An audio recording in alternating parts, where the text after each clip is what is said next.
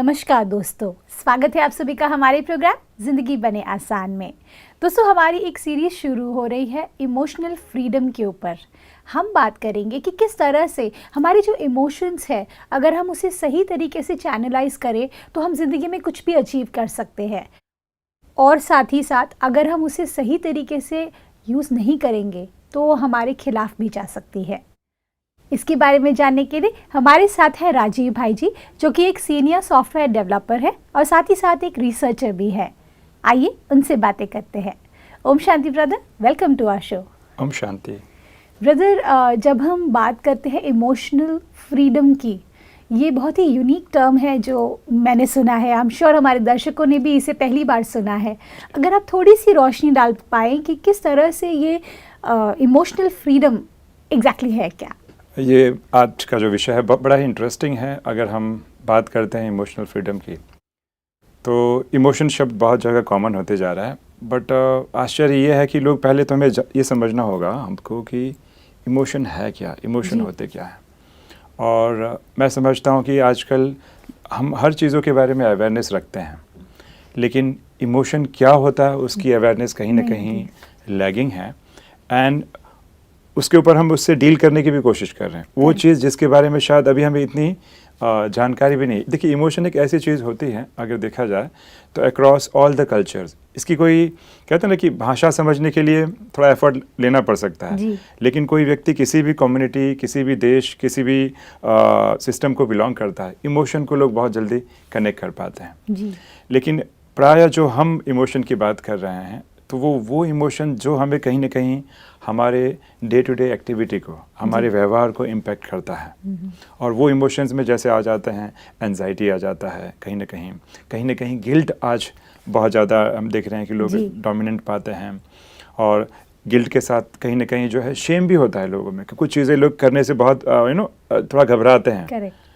Fear है ही, तो fear, anxiety और डिप्रेशन भी कहीं ना कहीं, डिप्रेशन की तो मुझे कहना ही नहीं है, इतने ही आजकल ज़्यादा चीज़ें चल रही हैं। तो ये ऐसे कुछ मेजर इमोशंस हैं। उसमें जेलसी भी आ जाती है, जेलसी भी उसमें इमोशंस में आता है। फिर उसी प्रकार जेलसी के साथ साथ कहीं ना कहीं एनवी जिसे कहते हैं ना, भले हम जेलसी को जलन कई बार नाम देते हैं, तो ये जेलसी और एनवी ये भी एक सूक्ष्म जो है इमोशंस है। उसी प्रकार जैसे मैंने बताया, गिल्ट तो हो ही गया, लेकिन गिल्ट के साथ साथ आजकल एंगर जो कॉमन इश्यूज हो गया है, जो मैं कहता हूँ सबसे ज़्यादा लोग हर जगह हम जाते हैं तो लोग कहते हैं कि आप हमें ऐसे कुछ टिप्स दीजिए कि हम एंगर से बाहर निकलें। और ये केवल इमोशंस ही नहीं है, आश्चर्य ये है कि इमोशंस मिक्स्ड रहते हैं। जैसे मान लीजिए कि अगर मुझे हर्ट हो गया, तो हर्ट में केवल हर्ट ही नहीं होता, उसके साथ एंगर या गुस्सा भी कहीं ना कहीं मिक्स होता है। तो ये केवल प्लेन इमोशंस नहीं है। जैसे हम कलर के बारे में बताते हैं कि प्राइमरी कलर होते हैं रेड, ग्रीन, ब्लू, वैसे इमोशन केवल प्लेन हो जरूरी नहीं है, कई बार मिक्स्ड इमोशंस भी साथ में होते हैं। और ये यहाँ तक कि हमारे जो मनोवैज्ञानिक या साइकेट्रिस्ट भी होते हैं, देखा जाए तो वो भी, उनके लिए भी बड़ा चैलेंजिंग हो जाता है कि पहले पहचानना कि भाई सामने रूट कॉज क्या है। तो हम जो इमोशनल फ्रीडम की बात कर रहे थे, वो नेगेटिव इमोशंस की हम बात कर रहे हैं, जो कहीं ना कहीं हमें एक डिससेटिस्फैक्शन या एक असंतोष की भावना जो है ना, हमारे मन में हमेशा बनाए रखते हैं। And we are not even aware, हम काम कर रहे हैं लेकिन एक स्ट्रेस में है। सो स्ट्रेस भी एक प्रकार का क्या हो गया, इमोशन हो गया। एब्सोल्युटली। तो कैसे हम इनसे आज़ादी पाएं? हम इंडिपेंडेंस डे तो मना लेते हैं, लेकिन इस इमोशन से कैसे फ्री हुआ जाए, ये एक अपने आप में बड़ा इंपॉर्टेंट विषय है। लेकिन मैं समझता हूँ उसके पहले हमें कहीं ना कहीं इसकी इंसाइट या अवेयरनेस बहुत ज़रूरी है। बिल्कुल। मतलब जब हम बात करते हैं इमोशंस की, अपने आप में वो एक ऐसी चीज़ है जो हमारी पूरी लाइफ को डिफाइन करती है।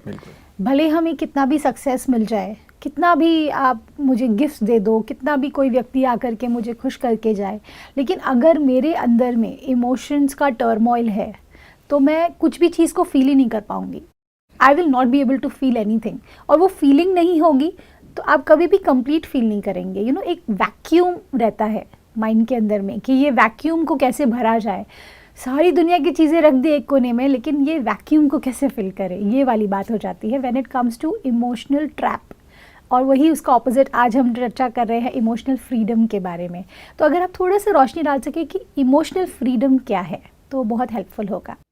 अनायका, जैसे आप बता रही थी कि पहले तो लोग जो हैं इसके बारे में अवेयर ही नहीं हैं कि फ्रीडम किससे पानी है। करेक्ट। जैसे आप बता रहे थे ना कि हम कहीं ना कहीं, देखिए लोग आजकल फील करते हैं, हमारे माइंड जैसे आजकल हमारा कल्चर है सोसाइटी का, सो लोग कम्पिटिटिव हैं, कंपैरिजन बड़े लेवल पे चालू है एंड कंपैरिजन इस ज़्यादा लेवल पे चालू हो चुका है कि कहीं ना कहीं वो चीज़ें पूरी नहीं होती हैं एंड वी फील एम्प्टी। कहीं ना कहीं वो खालीपन महसूस करते हैं।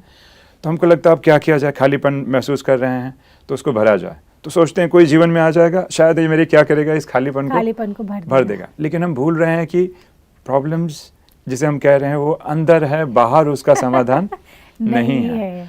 तो मैं समझता हूँ कि पहले तो बहुत डीप लेवल पे हम पहले इमोशन को लेबल करना सीखें। अदरवाइज हमको लगता है जैसे आम तौर पे किसी से पूछा जाता है कैसे लग रहा है आपको, हाउ आर यू, तो लोग क्या कहते हैं मुझे अच्छा नहीं लग रहा है। बट अच्छा या बुरा जो है ना, ये बहुत जेनरिक वर्ड्स हैं, इमोशंस के नाम होते हैं कि भाई मुझे बहुत ही ना फ्रस्ट्रेटेड फील हो रहा है, या मुझे जो बहुत ही एंग्री फील हो रहा है, या मुझे बहुत ही एम्प्टी, मतलब कोई ना कोई लेवल करना ये भी एक बहुत बड़ा चैलेंज हो गया। इसलिए आपको सरप्राइज होगा कि जब काउंसलिंग सेशंस होते हैं तो काउंसलर जो होते हैं ना, पहले स्टार्टिंग में अपना टाइम डिवोट करते हैं पहले identification of the emotion, labelling the emotion, so that हमें मालूम रहे कि ओके फाइन, अब मुझे मालूम पड़ा कि मेरी ये समस्या है। और आप जो एक और बात बता रहे थे अनायका, इस बात पे आने के पहले मैं एक और ऐड करूँगा कि इमोशंस हमारी लाइफ को जो डिफाइन करने वाली बात बता रहे थे। देखिए हमारे यहाँ पे कहा जाता है, गीता भी इस बात को कहती है कि जब भी हम कोई कर्मास करते हैं तो कर्मा के पहले वो फिजिकल कर्मा नहीं, लेकिन उसके पहले जो हमारे इंटेंशंस जो होते हैं ना, वो हमारे इस कर्म फल को डिफाइन करते हैं। बिल्कुल, सो ट्रू। तो सोचिए अगर मैं जा रहा हूँ ऑफिस में और I am lost in my own world and even people are not aware कि मैं खोया हुआ हूँ। और क्यों खोया हुआ हूँ? क्योंकि अंदर इमोशन की गुलामी चालू है। Correct. I am so much lost कि लोग चीज़ें भूल जाते हैं, भाग रहे हैं एंड उनको लगता है ऐसा क्यों हो रहा है, जानबूझ के। और कई तो ऐसे हैं सिम्टम्स पाए गए हैं, लोग बहुत ज़्यादा भूलने की समस्या, हर छोटी छोटी। और ऊपर से क्या होता है, लोग पॉइंट करेंगे अच्छा आप भूल गए, अगेन एक तो इमोशन था ही, ऊपर इसके बाद गिल्ट, लोग मुझे बार बार मैं भूल जाती हूँ, क्या करें। फिर फ्रस्ट्रेशन, गुस्सा, मतलब इमोशन जनरेटिंग इमोशन, उसको भी थप्पा लगा रहे हैं हम एक तरीके से, एक अप्रूवल दे रहे हैं कि हाँ आप सच में भूल रहे हैं, आप सच में भूल रहे हैं। मतलब again we are judging ourselves, और जज करने के बाद इसके बाद नेक्स्ट स्टेप क्या होता है, ओके अपने आप को ही सेल्फ क्रिटिसिज्म भी बहुत होता है एक्सट्रीम लेवल पे। And why? बिकॉज कहीं ना कहीं मैं देख रहा हूँ कि हम सब एक इमोशन की गठरी लेकर ना, जी एक बैगेज होता है, जैसे लोग पहाड़ी पे चढ़ते हैं ना तो बहुत सारा बैगेज रख लेते हैं, पर वो ऐसी चीजें हैं जिसका कोई हमारी लाइफ में इतना वो नहीं है, लेकिन उसका पूरा गठरी लेकर हम चल रहे हैं। और आप जो बता रहे थे कि whatever karmas we are performing it is backed by our emotion. तो इंटेंशन के जब भी जो इंटेंशन होता है उसके पीछे कहीं ना कहीं क्या होता है, इमोशन। और इमोशन हमारे उस कर्म के फल को डिटरमाइन करेगा। मतलब मैं ये कहना चाहता हूँ कि अगर मैं स्ट्रेस में रहकर धन कमा रहा हूँ, स्ट्रेस एंजाइटी कहीं ना कहीं एक इमोशन है जी, वो पूरे मेरे इस कर्म फल को निर्धारित कर रही है। करेक्ट। और मनी, मैंने सुना है कि पैसा अपने आप में एक एनर्जी है, उसका अपना एक वाइब्रेशन है। तो जिस वाइब्रेशन से हम उसके साथ डील करेंगे, जिस तरह से उसे कमाएंगे, उसी डायरेक्शन में वो ग्रो करेगा। और उसी डायरेक्शन में, चाहे अगर हम उसे किसी से चोरी करके कमाएं या फिर किसी को मेहनत करके कमाएं, वो सारी चीज़ें उस मनी में जाता है और वही फिर हमारे पूरे परिवार का हेल्थ बनता है। ये एकदम सही कह रहे हैं आप ब्रदर, क्योंकि देखिए मुझे ऐसा लगता है कि आज जो ये चर्चा हम कर रहे हैं खास करके इमोशनल फ्रीडम की, मुझे ऐसा लगता है कि emotions can be our best friend as well. क्योंकि मैं ये मानती हूँ कि बहुत सारे नेगेटिव इमोशंस है, शायद अनगिनत नेगेटिव इमोशंस है जिनको हम एड्रेस भी नहीं कर सकते, क्योंकि हर व्यक्ति की जर्नी अलग अलग है, हर एक का एक्सपीरियंस अलग अलग है, और हर एक व्यक्ति शायद कोई ऐसे इमोशन से भी गुजर रहा हो जिसको हम नेम भी नहीं कर सकते। बिल्कुल, उनके लिए मैं अनेका में इसमें बिल्कुल ऐड करना चाहूँगा। बता रहे हैं तो मुझे एक और चीज़ें याद आ रही हैं, क्योंकि मैं सॉफ्टवेयर की दुनिया से बिलोंग करता हूँ जी। एंड सॉफ्टवेयर में क्या होता है, हमें डेडलाइंस होते हैं, शेड्यूल्स होता है, we have to met the deadlines. तो उसमें क्या होता है कि मुझे याद है मेरे बहुत सारे फ्रेंड्स हैं, we work as a senior software developers, हमारी कुछ कॉन्ट्रैक्ट्स होती हैं कंपनी के साथ 1 ईयर 2 ईयर। तो इसमें हमने क्या देखा है कि जो मेरे बहुत सारे फ्रेंड्स थे और उन्होंने क्या किया, आईटी के वर्ल्ड में आके पहले बहुत पैसा कमाया, और बैकग्राउंड में क्या चल रहा था, इमोशन, स्ट्रेस, डेडलाइन मीट करना है, डेडलाइन ये करना है। तो अनकॉन्शियसली ऐसा हुआ कि इमोशन कैरी करते करते शरीर भी एक टाइम पे जवाब दे देता है। बिल्कुल, तो बिल्कुल। ये हुआ कि आईटी वर्ल्ड में आए थे पैसा कमाने, और पैसा कमाते कमाते इमोशंस ने हमें इतना अपने गुलाम बना दिया जी। कि उससे कहीं हमारी मेंटल हेल्थ के साथ फिजिकल हेल्थ पे भी इम्पेक्ट आया। Yes. तो पहले हमने पैसा कमाया, अब वो पैसे को अपने बॉडी पे खर्च कर रहे हैं। एब्सोल्युटली। और ये इतना मैं देख रही हूँ ब्रदर, क्योंकि क्या होता है ना, काम अपने आप में एक चैलेंज क्यों बन गया है, क्योंकि one of the major emotion जो है वो है कंपटीशन। कंपटीशन एक ऐसा इमोशन है ब्रदर जो हर व्यक्ति महसूस करता है अपनी ज़िंदगी के पड़ाव में, कोई ना कोई स्टेज पर करता ही है। नॉट नेसेसरी कि वो वर्किंग हो, शायद घर में बैठे हुए दो औरतें भी कंपटीशन हो रहा होता है, वेरी सटल लेवल, लेकिन वो चल रहा होता है। ऐसे में जब हम किसी स्ट्रॉन्ग इमोशन के साथ डील करते हैं जो कि नेगेटिव है, नेगेटिव मैं नहीं बोल सकती, जो हमारे लिए नहीं है, नेगेटिव थोड़ा हार्श वर्ड हो जाता है, क्योंकि मुझे लगता है कि negative emotions, I really feel कि नेगेटिव वर्ड अपने आप में इतना स्ट्रॉन्ग इमोशन Yes. है कि उसके बारे में हम चर्चा भी करें तो बढ़ेगा। मैं अनायका इसमें ऐड भी करना चाहूंगा। आप जैसे बता रहे थे ना, कंपैरिजन की बात कर रहे थे जी। तो एक्चुअली कंपैरिजन कोई इमोशन तो नहीं होता है, लेकिन कहीं ना कहीं मान लीजिए मैं थोड़ा सा आपसे जेलस, करेक्ट, जो आपके पास चीज है मेरे पास नहीं है, थोड़ा मुझे एनवी है, जी। तो इट्स बिकॉज ऑफ एनवी या जेलसी, जी, कहीं ना कहीं वो कंपैरिजन के भाव जागृत होते हैं। ओके। तो jealousy and envy are the emotions. Emotions. Comparison तो एक एक्टिविटी है जो हम कर रहे हैं आपको देख के कि भाई आपके पास है मेरे पास नहीं है। और उसकी भी बहुत डीप साइकोलॉजी है कि बचपन से क्या था, मेरा मन मान लीजिए मैं बहुत महत्वाकांक्षी स्वभाव का हूँ। जी। हमारे यहाँ तो स्पिरिचुअलिटी में बताया जाता है कि जब भी कोई बच्चा आता है तो सिर्फ वो बच्चा ब्लैंक पेपर की तरह नहीं होता, अपने साथ पास्ट के इमोशंस भी लेके आता है। तो आज जो हम एपिसोड की बात कर रहे थे इमोशनल फ्रीडम की, ये फ्रीडम केवल इसका संबंध एक जन्म से नहीं है, क्योंकि ऐसे माना जाता है कि जो भी इमोशंस होते हैं वो सबकॉन्शियस का विषय है। जी। और हमारी कहीं ना कहीं सनातन फिलॉसफी भी इस बात को मानती है कि जब व्यक्ति शरीर छोड़ता है जी। तो अपने साथ वो अपने सबकॉन्शियस माइंड को भी लेके जाता है, इमोशन को भी ले जाता है। जी। तो अगर हमने वो आज़ादी इस जन्म में नहीं पाई तो अगले जन्म में फिर करना पड़ेगा। हाँ, और कोई लोग भविष्य का बहुत सोचते हैं, सतयुग स्वर्ग के बारे में बहुत सोचते हैं। मैंने कहा वो तो बात की बात है, पहले तो प्रैक्टिकल बात यह है कि अगर मैंने इमोशनल आज़ादी जो नहीं ली, और मान लीजिए जैसे आप बता रहे थे कि कंपैरिजन का मेरा स्वभाव है, बचपन से थोड़ी पेरेंटिंग का भी इम्पैक्ट हो जाता है, एनवायरनमेंट भी बहुत इंपॉर्टेंट रोल प्ले करता है। तो जैसे फॉर एग्जाम्पल के तौर पे मैं कंपेयर कर रहा हूँ, पेरेंट्स ने उसको ज़्यादा दिया, मुझे कम दिया। और हमारी सोसाइटी और हमारा एजुकेशन सिस्टम भी बड़ा विचित्र है कि इतने परसेंटेज आए, इसको कम आए, इसको ज़्यादा आए।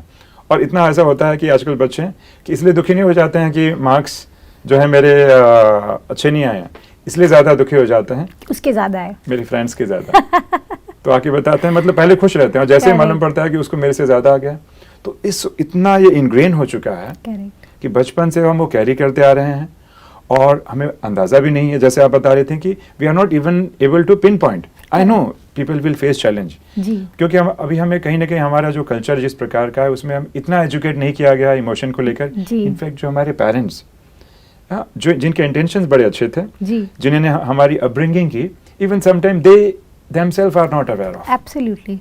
So I think कहीं ना कहीं इमोशनल अवेयरनेस की ज़रूरत है, और तब जाके हम कहीं ना कहीं इमोशनल जो फ्रीडम की दिशा में धीरे धीरे जो है बढ़ पाएंगे। तो जैसे आपने बताया कंपैरिजन की आप बात बता रहे थे, बिल्कुल।